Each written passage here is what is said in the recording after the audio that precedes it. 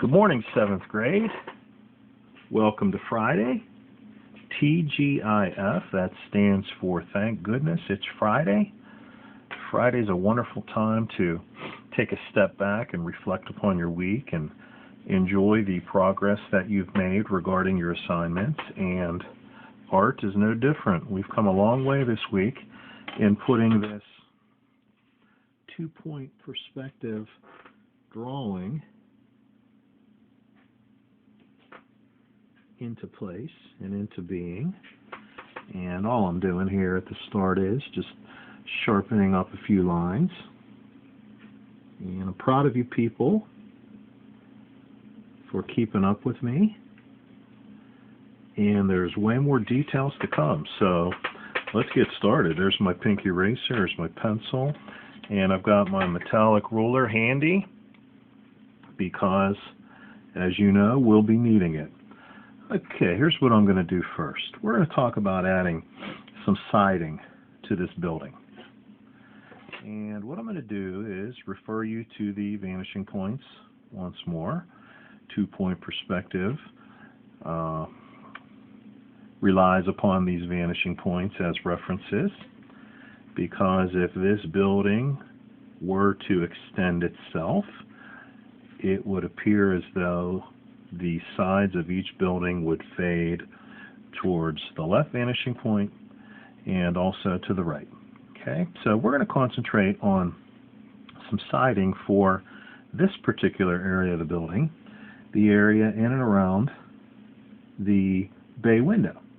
Okay, so here's what I'm going to do. I'm going to lock my ruler onto the left vanishing point, apply some pressure, and what I'm going to do is draw some lines onto the side of the house, uniformly spaced around the bay window. So what I mean when I say around the bay window is this. Let me put my ruler back. Let me bump it up like a lever. Once you have decided on uniform spacing for your siding, that means once you decide on how thick you want each plank or piece of vinyl siding or aluminum siding or layer of bricks or logs, etc., once you decide how thick you want those areas to be, you draw your line, but you stop when you bump into that window frame and you pull the line out the other side. And if you work your way down the side of the building, trying to keep your planks evenly spaced, you'll begin to see some nice progress.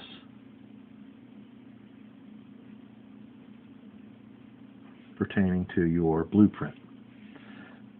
Okay, I've got some more space that I want to cover, so let's bump that ruler back up into position. I want to remind you, kiddos, to post your progress to Google Classroom by 3 o'clock today. It's not going to be a finished piece. We're going to continue to add to the blueprint next week. I'm going to put one more line in down here at the bottom. So what you post today will not be a finished piece. It'll be an artistic piece in progress. But it's important to me, your teacher, in assessing your overall art grade and your progress thus far, to see your work. So make sure you turn it in, okay? All right, some of you will decide to extend the siding up to the peak of the roof, and you can certainly do that by following the same practices and principles that we had talked about earlier. Sometimes I come in from the top when I get closer to the peak because it's easier to see how much space you have left. Okay, so I'll get a few more lines in there at the top. And you don't have to decide just yet what you want to do with this siding. Some of you will turn this into a log type structure. I think I can get one more line in there. Some of you will go with brick. Some of you will go with aluminum or vinyl siding. It's your call. That's why it's so cool and so fun to be the architect in charge. Alright, I'm going to move to the doorway now, and I want to tell you that you can make it a closed door or an open door. It's your decision. I'd like to go with the open door because it's a cool little effect. It's a nice little thing to do to your piece to add more interest to it. You decide once you have watched the video whether you want the door to be open or closed. A lot of kids make it closed and they put, you know, a little doorknob, they put a deadbolt, they put some kind of a hardware type of a setup that has, you know, a latch on it with a handle. Some people put the house number on the door, a mail slot on the door, a window, some type of a door decoration. During holiday times, people hang wreaths. Towards patriotic holidays like Memorial Day, which will be upon us in another month or so, or the 4th of July, people hang flags. It's really your decision, okay? But I want to show you how to go with an open door type of setup, if you will. Okay, so this door is going to swing inward, and so I want to give the impression that that's what's going on here. So I'm lining up my metallic ruler, as you can tell, with the left-hand vanishing point, and I'm going to draw me a diagonal line that extends and bumps into the edge of that door frame there. Okay, you can already tell it looks like there's a little pathway, a little foyer that leads into the house. That's kind of cool. Okay, now to give it an even stronger indication that the door is open, I am going to draw a parallel line here, which is going to symbolize and represent the edge of the door. So let me do that.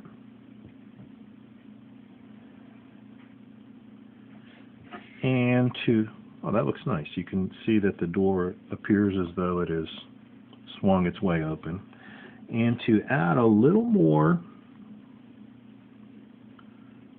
convincing evidence that the door is open,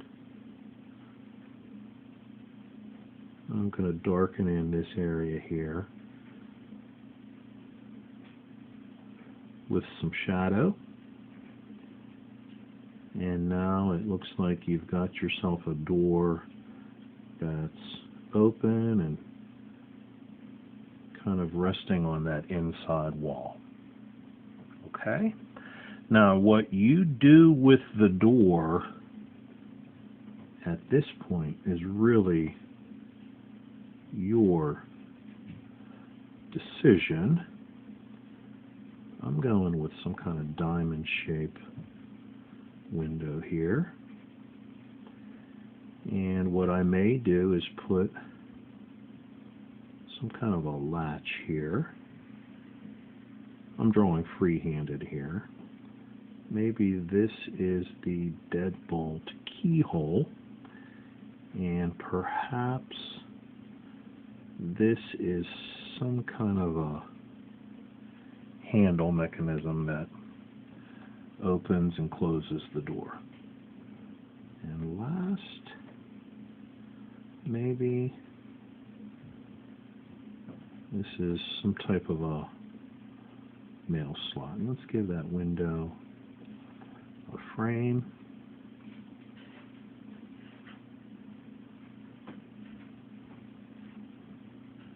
And And there you have it, a quick little way to decorate your door.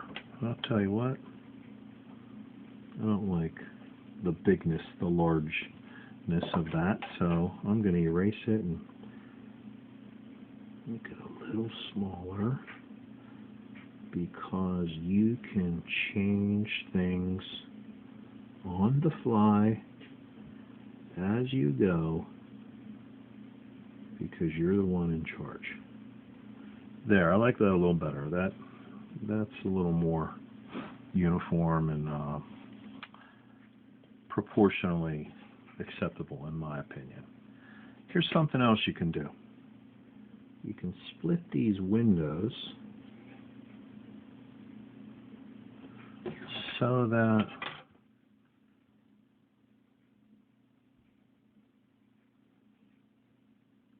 there's a representation of them being sliding windows. Okay.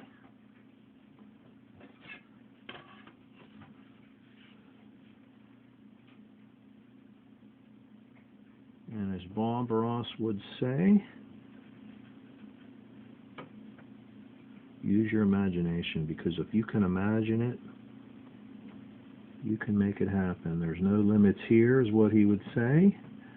You're only limited by what you can think of.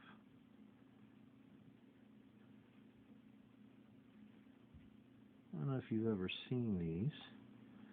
They're little lines that indicate reflections from the sun, from the light source in the picture, adding little highlights to the glass in the window there. That's a nice little detail that you can always add. Okay, I want to move on to the entryway here, and one of the requirements is to have a walkway that leads up to the house. I'm going to show you an easy way to do that. Again, we're going to use the left-handed vanishing point. And I am going to make my sidewalk as wide as the outer edge of the door frame. So here's a little pressure on that vanishing point with my metallic ruler, moving it up like a lever. And I'm going to draw a line off of my page for one side to the sidewalk, and the second line is also going to go off of my page. And what you're going to notice is, by the time you get to the end of the sidewalk, it is going to widen just a bit, like so. Okay? Many of you will want to make this look like concrete, and you may want to add little sections to the concrete setup to represent individual pads of concrete. The workers who do that for a reason. They lay down individual pads separate from the others to add more strength to the overall sidewalk, because if it was just one big chunk of concrete without any breaks in the sections, it would crack a lot more than it does being separated. So as you can tell, I'm using the right hand vanishing point, and I'm moving my ruler like a lever, and that's helping me create these individual sections, like so. All right. Now I want to show you one last thing before we call it a day. And oh, incidentally, by the way, when you lay out your sidewalk lines, do so on the lighter side with pencil, because another little requirement down the road a ways on into next week will be to draw some sort of a tree in the foreground, which is opposite of the background. Background will be back here, foreground will be up here in front of the house, and I typically draw my tree somewhere in this general vicinity. And when I do, as you could probably predict, the tree is going to be drawn on top of that sidewalk. And so I'm going to need to bring my eraser back in and eliminate some of the lines from this sidewalk so that the tree appears to be in front of the sidewalk and not on top of the sidewalk. Okay, but we'll get to that next week. But anyway, my point is, when you put in your sidewalk, do so with a little bit of care and a little bit of thoughts towards the future, because eventually there's going to be a tree there. Okay, now I'm going to show you one last cool little thing you can do here with your sidewalk. You can make it appear that it not only extends off of the page to the right, but you can make it so that there is a second portion to the sidewalk that kind of bends this direction. And so I'm thinking this chunk of concrete right here will make a nice area by which we can extend the sidewalk. And here's how we do it. This vanishing point right here with my ruler, let's line it up, and let's try to get the metallic edge right in line with that particular pencil line there. Let's hold it real nice and tight and steady, and let's run this line here, and let's run this line here. Again, let the vanishing point be your guide. Oops.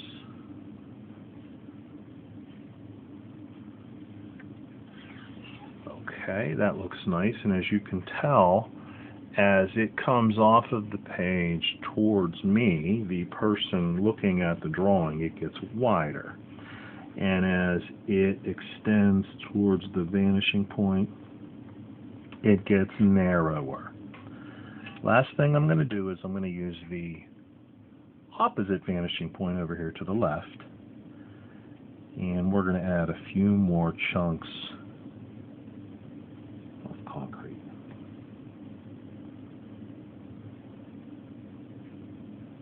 Try to space them as uniformly as you can.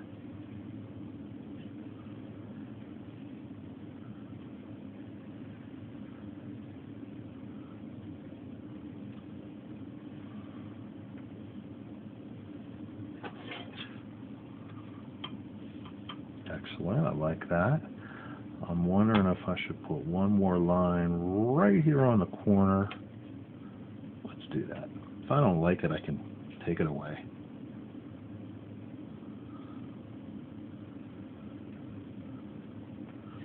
There. Guess what? I like it. Okay, boys and girls, we're going to stop here because I don't want to overwhelm you. And I want you to have the ability to stop, pause the video, perform the drawing piece by piece, perform the drawing recommendations piece by piece, and I want you to be able to do so in a way that is conducive to good success. So I want to cut it short here because I feel like any more drawing will just be a little bit overwhelming. We've got all of next week to continue to add to this 2-point perspective blueprint that we have put together all week. I wish you kiddos a nice weekend. Be safe. Get outside if you can. Run around. Help your parents. Be kind to one another.